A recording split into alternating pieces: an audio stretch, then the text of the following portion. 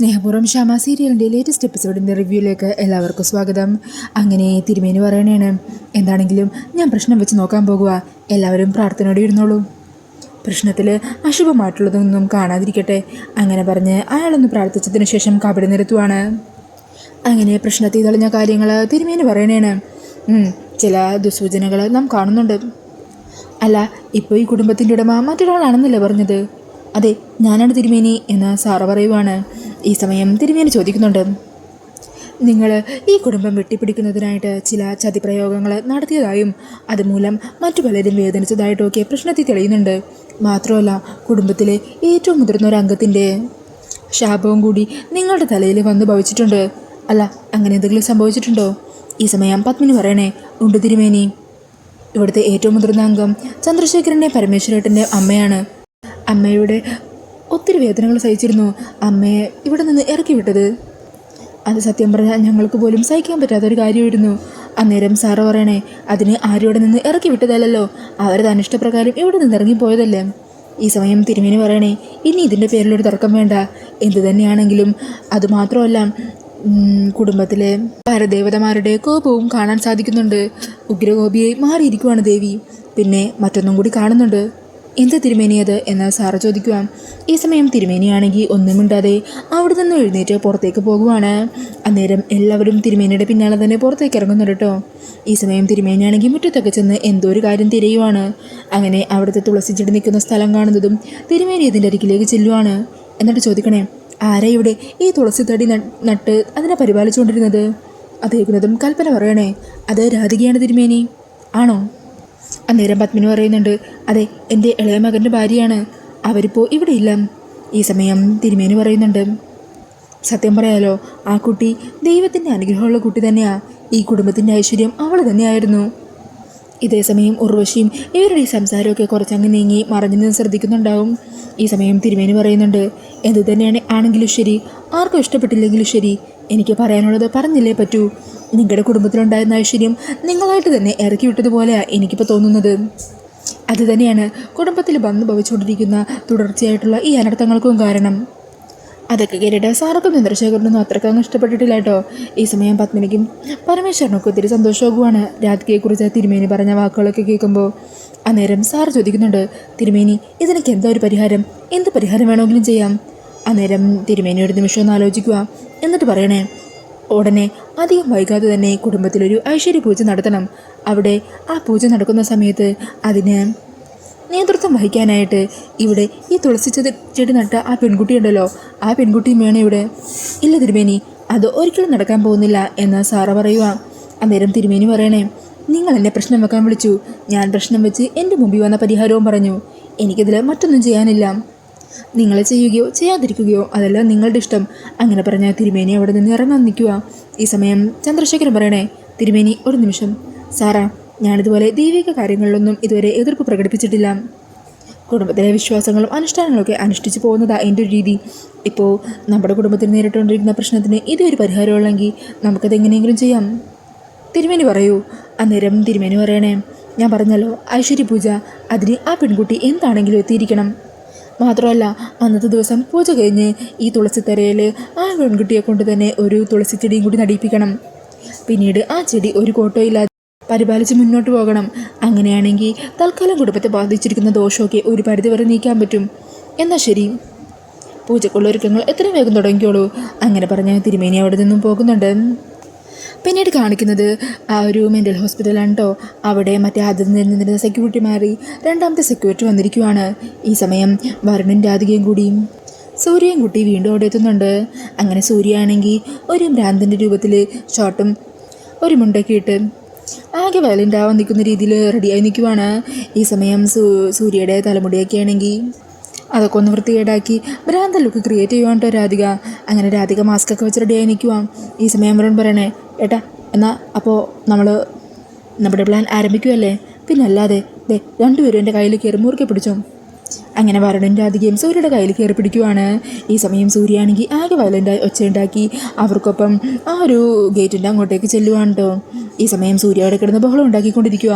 അന്നേരം വരുൺ പറയണേ, ചേട്ടാ ഒന്ന് വേഗം തുറക്കുമോ, അത്യാവശ്യമായിട്ട് ഞങ്ങൾക്ക് ഡോക്ടറെ കാണാനുള്ളതാ. അതൊന്നും പറ്റില്ല, അപ്പോയിൻമെൻ്റ് ഇല്ലാതെ കടത്തിവിടാൻ പറ്റില്ല. ഈ സമയം രാധിക പറയണേ, എൻ്റെ ചേട്ടാ അത്രയ്ക്ക് അത്യാവശ്യമായതുകൊണ്ട് MP കൊണ്ടാണ് വിളിപ്പിച്ചിരിക്കുന്നത്. ഇതേ കണ്ടില്ലേ കണ്ടീഷൻ വളരെ മോശമാണ്. എത്രയും പെട്ടെന്ന് ഡോക്ടറെ കാണിച്ചേ പറ്റുള്ളൂ.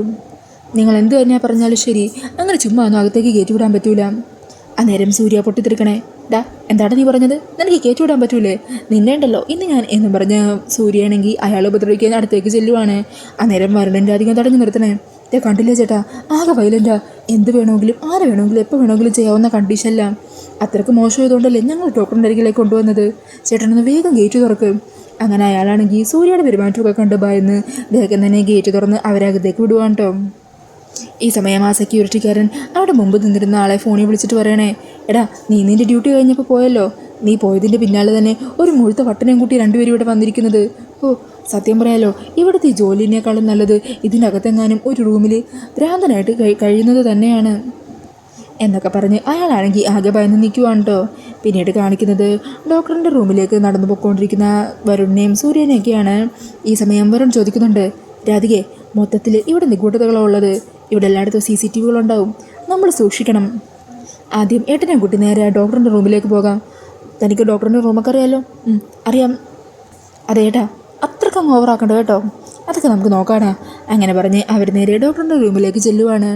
ഈ സമയം സൂര്യയാണെങ്കിൽ അവിടെ ഡോക്ടറിൻ്റെ മുമ്പിൽ കസേരയിൽ അവിടുത്തെ സാധനങ്ങളെല്ലാം തട്ടിമറിച്ച് കളിച്ചുകൊണ്ടൊക്കെ ഇരിക്കുവാണ് കേട്ടോ. ഈ സമയം ഡോക്ടറാണെങ്കിൽ സൂര്യനെ അടിമുടി പരിശോധിക്കുവാണ്. എന്നിട്ട് ചോദിക്കണേ, അല്ല എത്ര കാലമായി തുടങ്ങിയിട്ടത്? ഈ സമയം വരുൺ പറയണേ, അത് പിന്നെ ഡോക്ടറെ, എൻ്റെ ഏട്ടനെ ഒരു പ്രൈവറ്റ് കമ്പനിയിൽ വർക്ക് ചെയ്തുകൊണ്ടിരിക്കുമായിരുന്നു. ഒരു ദിവസം ജോലി കഴിഞ്ഞ് വരുന്ന സമയത്ത് ഏട്ടൻ്റെ വണ്ടിക്ക് ഒരു അമ്മയും കുഞ്ഞും ലിഫ്റ്റ് ചോദിച്ചു. അങ്ങനെ ഏട്ടനെ അവരെ വണ്ടിയിലേക്ക് കയറ്റി. അവർക്ക് ഇറങ്ങേണ്ട സ്ഥലമായപ്പോൾ ഏട്ടൻ അവരെ ഇറക്കി വിടുകയും ചെയ്തു. എന്നാൽ ഏട്ടൻ്റെ കൺമുമ്പിൽ വെച്ച് ഒരു ലോറി വന്ന് അവരിടിച്ചിട്ടു. സ്പോട്ടിൽ തന്നെ അവർ മരിച്ചു. ഏട്ടൻ്റെ കൺമുമ്പിൽ വെച്ചായിരുന്നു അവർ ജീവന് വേണ്ടി പിടഞ്ഞു മരിച്ചത്. ആ കാഴ്ച കണ്ടതും ഏട്ടനാകെ തകർന്നുപോയി. പിന്നീട് വീട്ടിൽ വന്നപ്പോൾ മുതൽ ഇരുന്ന ഇരിപ്പ് തന്നെയാണ്. ആരോടൊന്നും മിണ്ടുന്നില്ല. ഇതുപോലെ ഭ്രാന്തെടുത്ത് ഓരോന്ന് കാണിച്ചുകൊണ്ടിരിക്കും. അന്നേരം സൂര്യൻ പെട്ടെന്ന് തലയിലൊക്കെ കൈവച്ച് ആകെ വയലൻ്റ് ആകുവാണ് കേട്ടോ. അങ്ങനെ സൂര്യയുടെ ആ പെർഫോമൻസൊക്കെ കണ്ട് കണ്ണും തള്ളിയിരിക്കുവാണ് വരുണിൻ്റെ അധികയൊക്കെ. അന്നേരം ഡോക്ടർ പറയുന്നുണ്ട്, അതെ നിങ്ങൾക്ക് നിങ്ങളുടെ ഏട്ടനെ ഞാൻ ചികിത്സിക്കണം എന്നാണ് ആഗ്രഹമെങ്കിൽ ഇവിടെ അഡ്മിറ്റ് ചെയ്യേണ്ടി വരും. ഇവിടെ അഡ്മിറ്റ് ചെയ്തുകൊണ്ടുള്ള ചികിത്സയാണ് ഞാൻ പ്രിഫർ ചെയ്യുന്നത്. ഞങ്ങൾ എന്ത് വേണമെങ്കിലും ചെയ്യാം. ഞങ്ങൾക്ക് ഞങ്ങളുടെ ഏട്ടനെ പഴയതുപോലെ തിരികെ കിട്ടിയാൽ മാത്രം മതി. അങ്ങനെയാണെങ്കിൽ നിങ്ങളൊരു കാര്യം ചെയ്യും, 2 ലക്ഷം രൂപ ഇവിടുത്തെ അഡ്വാൻസ് ഉണ്ട്. അത് ഇന്ന് തന്നെ പേ ചെയ്ത് കഴിഞ്ഞാൽ നമുക്ക് ഇയാൾക്ക് ഇവിടെ അഡ്മിഷൻ എടുക്കാം. അതിനുശേഷം ട്രീറ്റ്മെൻറ്റിൻ്റെ കാര്യമൊക്കെ ഞങ്ങൾ നോക്കിക്കൊള്ളാം. അതൊക്കെ ചെയ്യാം ഡോക്ടർ, പക്ഷേ ഞങ്ങൾക്ക് കുറച്ച് സമയം വേണം. ഞങ്ങൾക്ക് ലീവൊക്കെ എടുത്ത് 2 പേർക്കും റെഡിയാവാനുണ്ടായിരുന്നു. അല്ല നിങ്ങളെന്തിനാണ് ലീവൊക്കെ എടുക്കുന്നത്? ഇവിടെ പേഷ്യൻറ്റിന് മാത്രമേ താമസിക്കാൻ പറ്റൂ, കൂടെ ആരെയും ഞാൻ താമസിപ്പിക്കാറില്ല. എന്നാൽ ശരി അങ്ങനെ ആയിക്കോട്ടെ ഡോക്ടർ. പക്ഷേ മറ്റൊരു കാര്യം കൂടിയുണ്ട്, എൻ്റെ ഏട്ടനെ ഇവിടെ ഒരു കുറവും വരാൻ പാടില്ല. എല്ലാ സൗകര്യത്തോടെയുമാണ് എൻ്റെ ഏട്ടൻ ഇതുവരെ ജീവിച്ചത്. അതുകൊണ്ട് തന്നെ ഏട്ടന് താമസിക്കാനുള്ള സ്ഥലവും റൂമൊക്കെ ഞങ്ങൾക്കൊന്ന് കാണണം. ദയവേത് അതിന് എതിർപ്പൊന്നും പറയരുത്. ശരി എടോ, ഇയാൾക്ക് താമസിക്കാനുള്ള റൂമൊക്കെ ഒന്ന് ഇവരെ കാണിച്ചു കൊടുക്കും.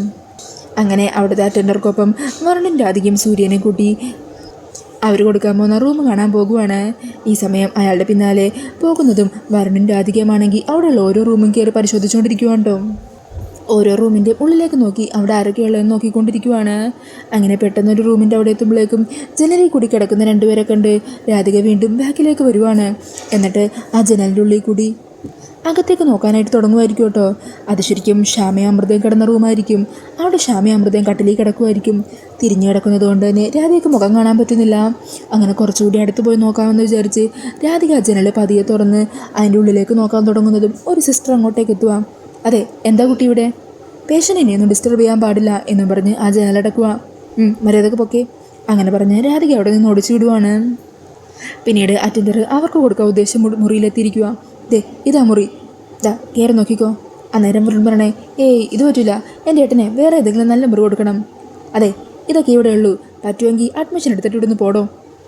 അന്നേരം വരുണ സൂര്യൻ കൂടി ആ അറ്റൻഡറെ ആ റൂമിൻ്റെ അകത്തിട്ടിട്ട് പൂട്ടിയിടുവാണ്. എന്നിട്ട് അവർ 3 ആളും കൂടി വേഗം തന്നെ അവിടെയുള്ള സകല റൂമിലും കയറി അരിച്ചു പെറുക്കുവാണ് കേട്ടോ. ഈ സമയം പെട്ടെന്നായിരിക്കും ഒരു റൂമിൽ വിച്ചു ഇരിക്കുന്നത് രാധിക കാണുന്നത്. ദേ വരുൺ, അതാണ് വിച്ചു. അങ്ങനെ അവർ 3 പേരും കൂടി വിച്ചുവിൻ്റെ റൂമിലേക്ക് എത്തുവാണ്. ഇതേ സമയം തന്നെ ആ അറ്റൻഡർ ആണെങ്കിൽ റൂമിൽ നിന്നും രക്ഷപ്പെട്ട് നേരെ ഡോക്ടറിൻ്റെ അരികിലേക്ക് ഓടിയെത്തുക. എൻ്റെ സാറേ, അവരുണ്ടല്ലോ പേഷ്യൻറ്റിൻ്റെ കൂടെ വന്നവരൊന്നുമല്ല, അവരെന്നെ റൂമിൽ പൂട്ടിയിട്ട് ഇവിടെ എല്ലാം അന്വേഷിച്ച് നടക്കുവാണ്. ഈ സമയം ഡോക്ടർ പറയണേ, ആര്? ഇപ്പം മുമ്പ് വന്നവരോ? അതെ ഡോക്ടറെ, താൻ വേഗം വന്നേ എന്നും പറഞ്ഞ് ആ ഡോക്ടറും കൂട്ടരും കൂടി വരുണിനെ രാധികേനെയൊക്കെ പിടിക്കാനായിട്ട് പൊക്കോണ്ടിരിക്കുവാണ്. ഈ സമയം രാധികയാണെങ്കിൽ വിച്ചുവിനോട് ചോദിക്കണേ, മോനെ മനസ്സിലായോ? അന്നേരം വിച്ചുവാണെങ്കിൽ ഒന്നും മനസ്സിലാവാത്ത പോലെ ഇരിക്കുവാണ്. അപ്പോൾ രാധിക മാസ്കൊക്കെ മാറ്റുവാ. രാധിക ചേച്ചി, മോനെ ഓർമ്മയില്ലേ? ആ ചേച്ചി, മോനെന്ന് അമ്മയോട് പറഞ്ഞില്ലേ എൻ്റെ അതേ രൂപത്തിലുള്ള ഒരു ആൻറ്റിയെ മോൻ ഇവിടെ കണ്ടുവന്ന്? എവിടെയാ ആൻറ്റി ഉള്ളത്? വാ ചേച്ചി, ഞാൻ കാണിച്ചു തരാം. അങ്ങനെ വിച്ചു രാധികയുടെ കൈയും പിടിച്ച് രാധികേനെയും കൂട്ടി നേരെ ഷ്യാമയുടെ റൂമിലേക്ക് കൊണ്ടുചെല്ലുവാണ് കേട്ടോ. അങ്ങനെ അവർ ഷ്യാമയുടെ റൂം അന്വേഷിച്ച് നടക്കുമായിരിക്കും. പിന്നാലെ വരുണ സൂര്യയൊക്കെ ഉണ്ട്. അങ്ങനെ അവർ നേരെ ചെന്നുപെടുന്നത് ഡോക്ടറിൻ്റെ ആളുകളുടെ മുമ്പിലേക്കാണ്. അത് കാണുന്നതും വരുണും സൂര്യയും രണ്ട് കൽപ്പിച്ച് തന്നെ അയാളുടെ മുമ്പിൽ നിൽക്കുവാണ്. ഈ സമയം ഡോക്ടർ ചോദിക്കുന്നുണ്ട്, അതെ നിങ്ങളാരാ? എന്താ നിങ്ങളുടെ ഉദ്ദേശം? ഈ സമയം സൂര്യ പറയുന്നുണ്ട്, ഞങ്ങളുടെ ഉദ്ദേശം എന്താണെന്നൊക്കെ തനിക്ക് ഞാൻ പറഞ്ഞ് മനസ്സിലാക്കി തരാം. അന്നേരം വരുൺ പറയണേ, നിങ്ങളെ ഈ ഹോസ്പിറ്റലിൽ നടത്തുന്നത് എന്താണെന്ന് ഞങ്ങൾക്ക് മനസ്സിലായിട്ടുണ്ട് ഏറെക്കുറെ. അതുകൊണ്ട് നിങ്ങളുടെ അഭ്യാസങ്ങളൊന്നും ഞങ്ങളുടെ അടുത്ത് വേണ്ട. അതുകൊണ്ട് തന്നെ നിങ്ങളിവിടെ താമസിപ്പിച്ചിരിക്കുന്നത് ആരെയൊക്കെയാണെന്ന് ഞങ്ങൾക്ക് അറിഞ്ഞേ പറ്റുള്ളൂ. അന്നേരം രാധികയും തൻ്റെ മുഖത്തുള്ള മാസ്ക് മാറ്റുവാണ്. ഈ സമയം രാധികയും കൂടി കാണുന്നതോടെ ഡോക്ടർക്ക് കാര്യങ്ങളൊക്കെ ഏറെക്കുറെ മനസ്സിലാകുവാണ് കേട്ടോ. അങ്ങനെ എൻ്റെ സ്ഥാപനത്തിൽ വന്ന് നീയൊക്കെ നിനക്ക് തോന്നിയ വാസം കാണിച്ചിട്ട് പോകാമെന്നങ്ങ് വിചാരിച്ചോ?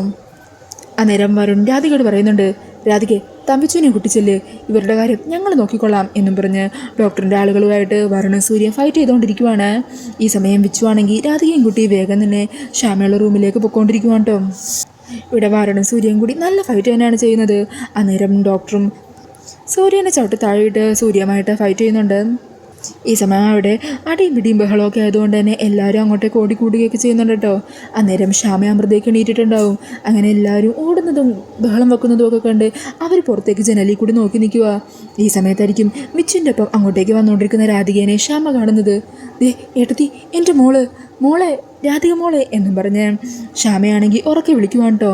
അങ്ങനെ ഷ്യാമയുടെ ശബ്ദം കേൾക്കുന്നതും രാധിക തിരിച്ചറിയുവാണ്.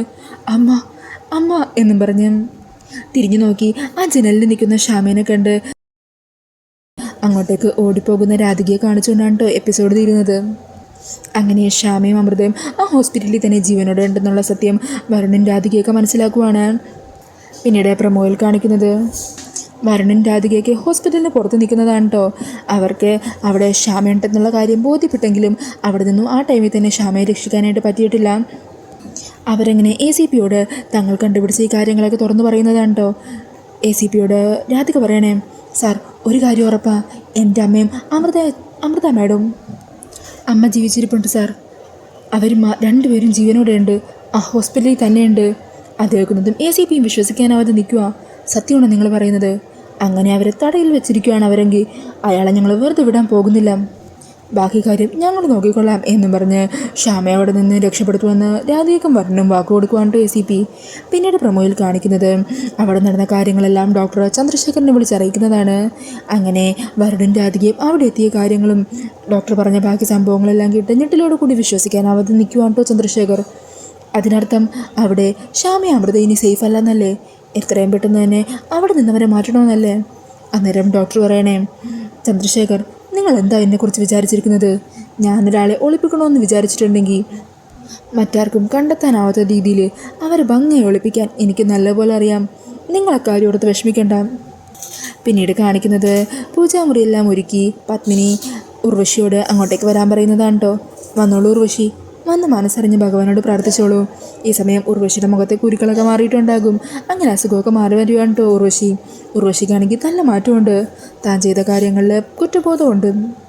അങ്ങനെ ഉർവശി കൽപ്പനയുടെ ഒപ്പം നിന്ന് ഭഗവാനോട് പ്രാർത്ഥിച്ചുകൊണ്ട് നിൽക്കുവാണ്. പിന്നീട് കാണിക്കുന്നത് ചന്ദ്രശേഖരനും സാറയും കൂടി ഉർവശിയോട് ഒരാവശ്യം പറയുന്നതാണ്. സാറ പറയണേ, തിരുമേനി പറഞ്ഞത് കേട്ടില്ലേ? പൂജ ചെയ്യാനായിട്ട് ആ രാധിക എന്ന് പറയുന്നവൾ ഇവിടെ വേണം. അവളെ ഇങ്ങോട്ടേക്ക് വിളിച്ച് വരുത്തേണ്ട ഉത്തരവാദിത്വം ഉർവശിക്കാണുള്ളത്. നിങ്ങൾ തന്നെ നേരിട്ട് പോയി രാധികയെ ഇങ്ങോട്ടേക്ക് കൂട്ടിക്കൊണ്ട് വരണം. അത് കേൾക്കുന്നതും ഉർവശി തനിക്ക് പറ്റില്ല എന്ന് പറയണേണ്. അന്നേരം ചന്ദ്രശേഖർ പറയുക, നീ രാധികയെ അവിടെ പോയി വിളിച്ചിങ്ങോട്ടേക്ക് കൂട്ടിക്കൊണ്ടുവന്നേ പറ്റൂ. എനിക്ക് പറ്റില്ല എന്ന് ഉർവശി പറയുമ്പോൾ സാറ പറയണേ, അതല്ല ഇനി പോകാൻ ബുദ്ധിമുട്ടാണെങ്കിൽ പിന്നെ കണിമംഗലത്ത് നിന്ന് എന്നേക്കുമായിട്ട് ഇറങ്ങിപ്പോകാനേ എനിക്ക് പറയാൻ പറ്റുള്ളൂ. അങ്ങനെ സാറയുടെ വാക്കുകളൊക്കെ കേട്ട് ഞെട്ടിലോട് കൂടി നിൽക്കുവാണ്ട് ഉർവശിയും. അപ്പോൾ ഈ ഒരു സീനൊക്കെയാണ് പ്രമോയിൽ കാണിക്കുന്നത്. ഈ ഒരു റിവ്യൂ ഇഷ്ടമായിട്ടുണ്ടെങ്കിൽ മറക്കാതെ വീഡിയോ ഒന്ന് ലൈക്ക് ചെയ്യണേ. ഇതുപോലുള്ള കൂടുതൽ റിവ്യൂസിനായിട്ട് ഈ ചാനലൊന്ന് സബ്സ്ക്രൈബ് ചെയ്തും കൂടി സപ്പോർട്ട് ചെയ്യണേ. താങ്ക്